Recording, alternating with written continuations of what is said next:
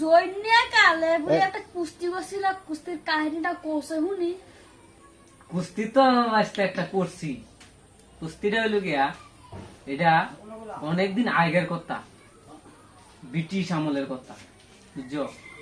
এই ব্রিটিশ আমলের কথা কি এতদিন মনে থাকে? তারপর কই নাজিরপুর মাঠটা আছে না, হ্যাঁ। নাজিরপুর মাঠের মাঝে একটা কুস্তি, বুঝছো?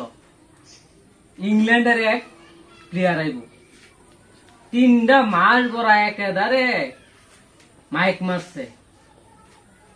মাইক মারার পরে ইংল্যান্ডের কেউ আইলো নাজিরপুরের মাঠটা মাঠে, বুঝছো? আশেপাশে কোনো প্লেয়ারই নাই। আরে বাপরে বাপ, আরে বাপরে বাপ, এর সাথে খেলার লাগ গিয়া।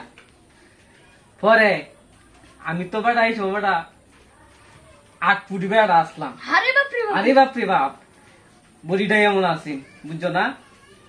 মাথাটা চুলটি কারা কারা আছি। আরে বাপরে বাপরে বাপ। আরে বাপরে বাপ কইলে কইবা গপ্প করতেছি, বৈশটার মতো আছি না আমার চলিয়া, বুঝছো?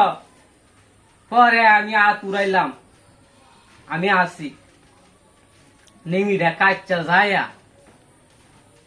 8টার মাঝে বালুডি বসা মাঠটার মাঝে একটা তাফা দিছি।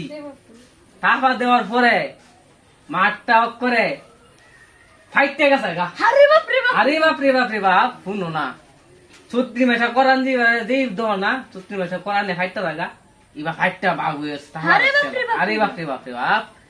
পরে এই ইংল্যান্ডের কেরলটা তাবাটা দিকে হাটপিল করে মরে গেছে। আরে বাপরে বাপ, আরে বাপরে বাপরে বাপ, মানে হ্যাঁ কি ওটা কুস্তিটা করবো আমার সাথে?